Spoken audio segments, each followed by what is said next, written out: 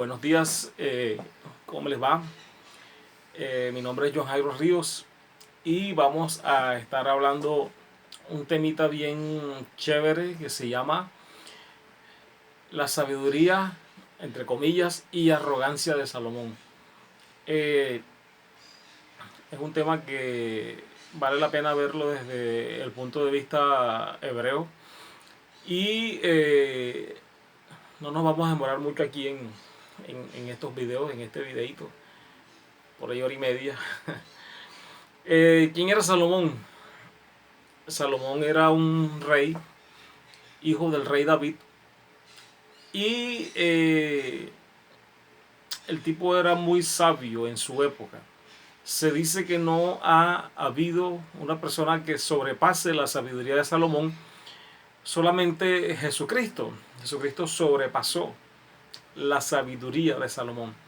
Una cosa es sabiduría y otra cosa es inteligencia. Tenemos que tener ese concepto bien definido, bien claro. Una cosa es tener conocimiento de muchas cosas y otra cosa es tener sabiduría de muchas cosas. El conocimiento, en palabras sencillas y prácticas, es el saber cómo funcionan las cosas. Y la sabiduría es ir un poco más allá, es un conocimiento más elevado, es el saber el por qué, es tener un conocimiento mucho más profundo y elevado de todas las cosas.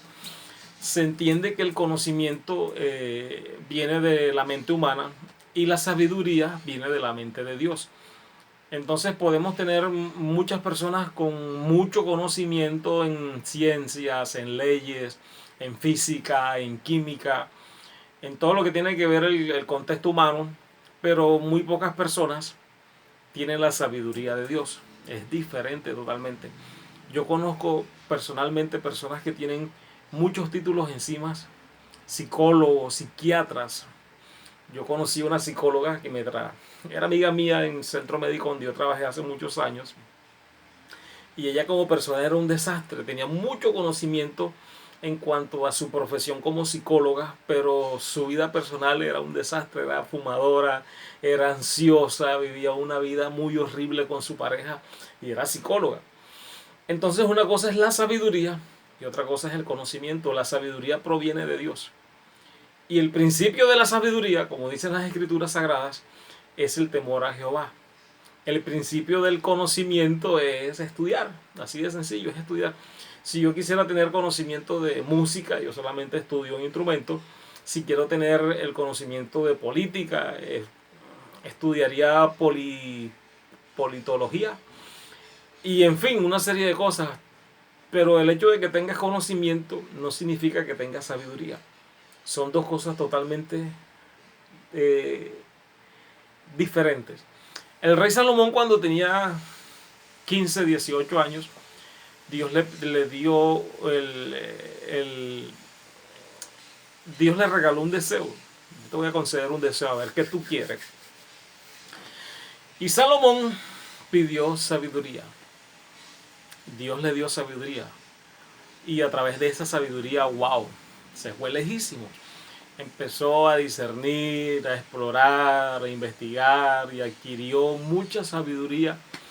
Y dice que los demás reyes del pueblo, de los pueblos vecinos, lo admiraban por su exagerada sabiduría. Pero resulta que en el libro de Deuteronomio, en el capítulo 14 o 15, hay una parte que dice, cuando se está dando el contexto de Deuteronomio, es antes del monarcado de los reyes en Israel. Cuando Dios le está dando la ley a Moisés en Deuteronomio, todavía el pueblo de Israel no tenía reyes. Ellos estaban siendo regidos por jueces. Y como las demás naciones tenían reyes, entonces ellos decían, pero nosotros ¿por qué no podemos tener un rey? No era lo que Dios quería para su pueblo. ¿Se acuerdan del arca de Noé? El arca de Noé no tenía timón. El arca de Noé tenía todo lo que tiene un barco menos timón. Esto nos deja una enseñanza de que es Dios mismo el que quiere regir tu vida. Pero en el pueblo de Israel ellos dijeron, nosotros no tenemos rey y los demás pueblos tienen reyes porque nosotros no podemos tener rey. Entonces le dijo, bueno, si ustedes quieren tener rey, está bien, no es lo que yo quiero. Yo no quiero que el hombre tenga varias esposas, pero si ustedes quieren meterse en ese chicharrón, está bien, yo los dejo. Eso es hablando de la poligamia. En cuanto al pueblo de Israel, el pueblo no tenía la necesidad de rey, pero ellos quisieron tener un rey. Entonces, ahí en el libro de Deuteronomio, antes de que se iniciara el primer rey de Israel, que fue Esaú, o Saúl, que viene siendo pariente de Saulo de Tarso. O sea, Saulo de Tarso es descendiente del rey Saúl. Por ahí va la genealogía. Entonces, antes de que se instauraran o instalaran los reyes en Israel, Dios colocó leyes al respecto. 4 leyes en sí. En el libro de Deuteronomio, capítulo 15 o 14, no recuerdo bien, los que tienen Biblia pueden ir y averiguar. Dice que el rey, ya que tú quieres tener rey en tu pueblo, en Israel, voy a dejar estos 4 estatutos. Primero, no puedes acumular caballos, no puedes acumular mujeres, no puedes acumular riqueza y no te puedes volver arrogante, no puedes dejar de ser humilde. Estas 4 normas, amárralas, escríbelas y colócalas en el trono del rey que se vaya a sentar, para que medite en ello todos los días de su vida. Entonces, cada vez que un rey era establecido como rey, como tal en Israel, esas 4 leyes estaban ahí mismo en su trono. Él las podía leer todos los días. Pero vemos que lamentablemente los reyes no. David se metió en muchos chicharrones. Él, una de las personas que violó estos estatutos. David tuvo 9 esposas. Con la única que no tuvo hijos fue con la hija del rey Esaú, de Saúl. Yo confundo Saúl con Esaú. Entonces, con la única que no tuvo hijos fue con la hija del rey Saúl, la primera esposa que tuvo, ¿se acuerdan? Cuando entró y llevaba el arca y danzó y ella se burló de él. Esa era la hija, era la princesa, la hija del rey. Pero por cosas de Dios, él nunca tuvo hijos con ella y estuvo casado con ella. Sí tuvo hijos con las 8 esposas más, de una de las cuales vino la descendencia del Mesías.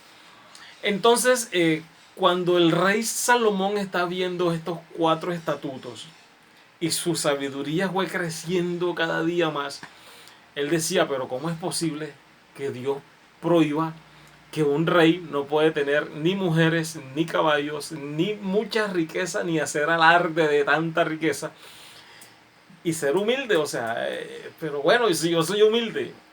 Y todos los días, dice el Midrash, que todos los días él leía las leyes y le daba cabeza y trataba de buscarle la comba, trataba de buscarle. Los que estudian derecho saben que todas las leyes tienen como que un pedacito ahí, una letra menuda de donde uno se puede agarrar para incumplir la propia ley. Y dice el Midrash que todos los días el rey Salomón leía esas 4 estatutos y todos los días.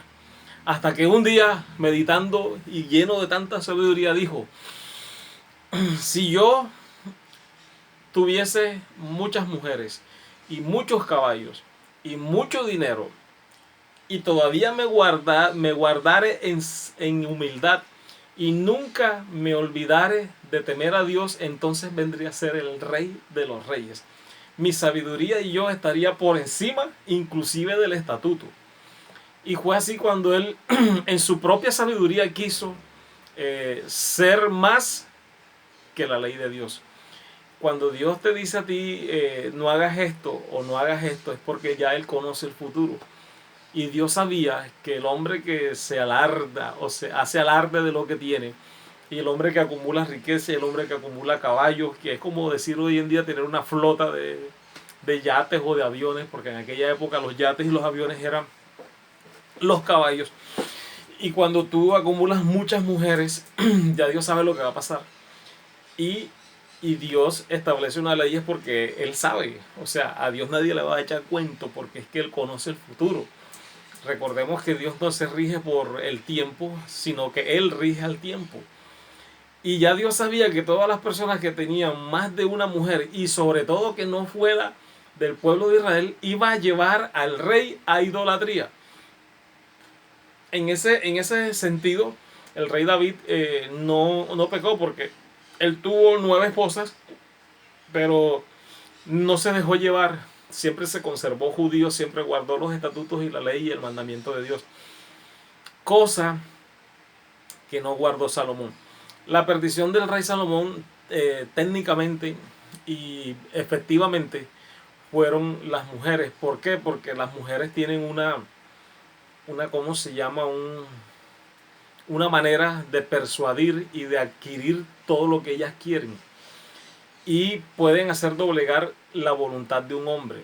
Hay mujeres que no permiten que el hombre haga esto, que el hombre haga esto, y ellas van perfilando, y cuando el hombre viene a despertarse, uy, ¿yo qué estoy haciendo? O sea, entonces el rey Salomón quiso demostrarle a Dios que él, infringiendo esas 4 leyes, iba a nunca dejar de alejarse del temor de Dios.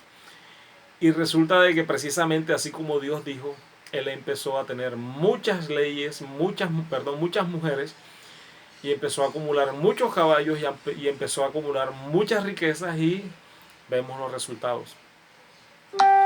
Hasta llegar al punto en que empezó a ofrecer sacrificios a otros dioses, a otras entidades, a otras deidades. Inclusive se escribieron muchos libros acerca del rey Salomón, donde él tenía un anillo, pero eso hace parte de las escrituras babilónicas que vinieron después del exilio en Babilonia.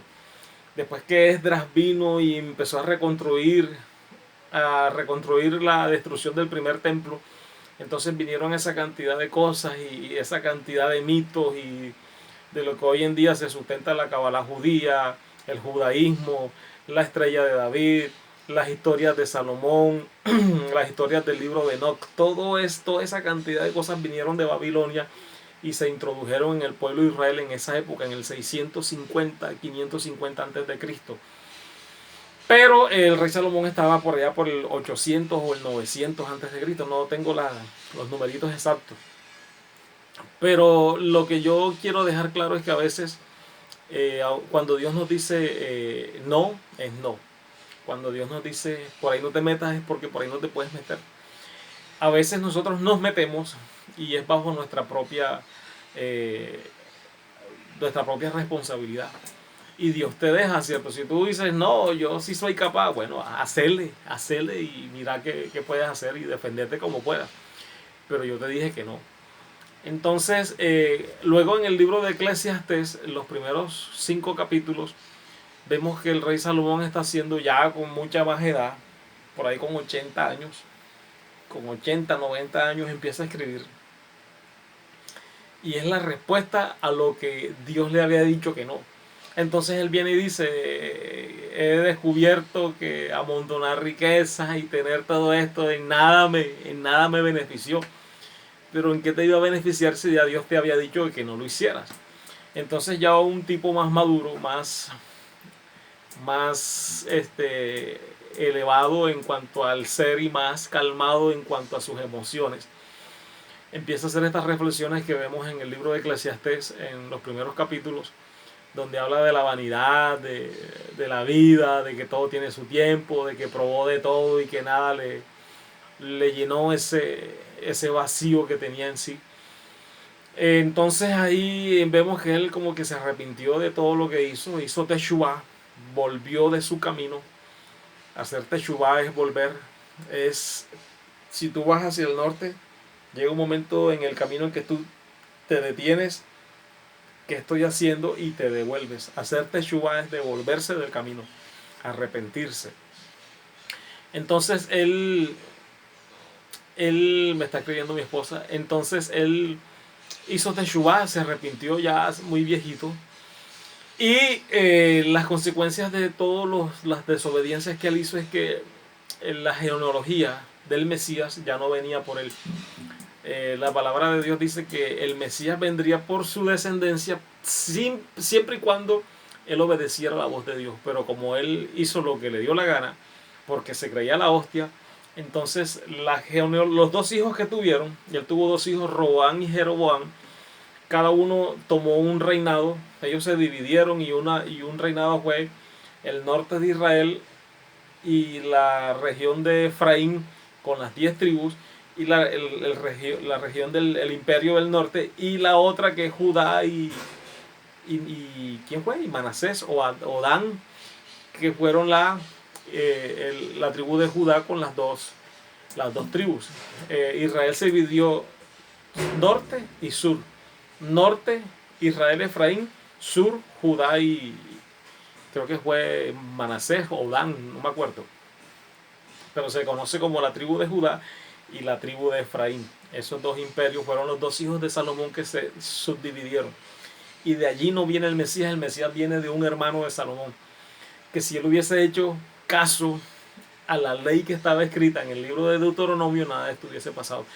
Y hubiese sido de verdad grande. Porque el principio de la sabiduría es el temor a Jehová, es obedecer a Jehová, es creerle a Jehová. Si Él te dice no te metas por ahí es porque Él ya sabe que por ahí no te conviene. Si Él te dice haz esto, Él sabe que por ahí tiene que ser. Entonces el rey más sabio del mundo quiso ser más sabio que Dios y Dios le demostró que más sabio que Él no hay nadie. Él cayó en su propio invento, fue víctima de su propio invento. Nosotros no podemos idolatrar a las mujeres porque no, la Biblia nos llamó para eso. Nos llamó para que las colocó como ayuda idónea de nosotros, ¿cierto? De otra manera no, no podemos verlas. Y eso fue lo que le pasó al rey.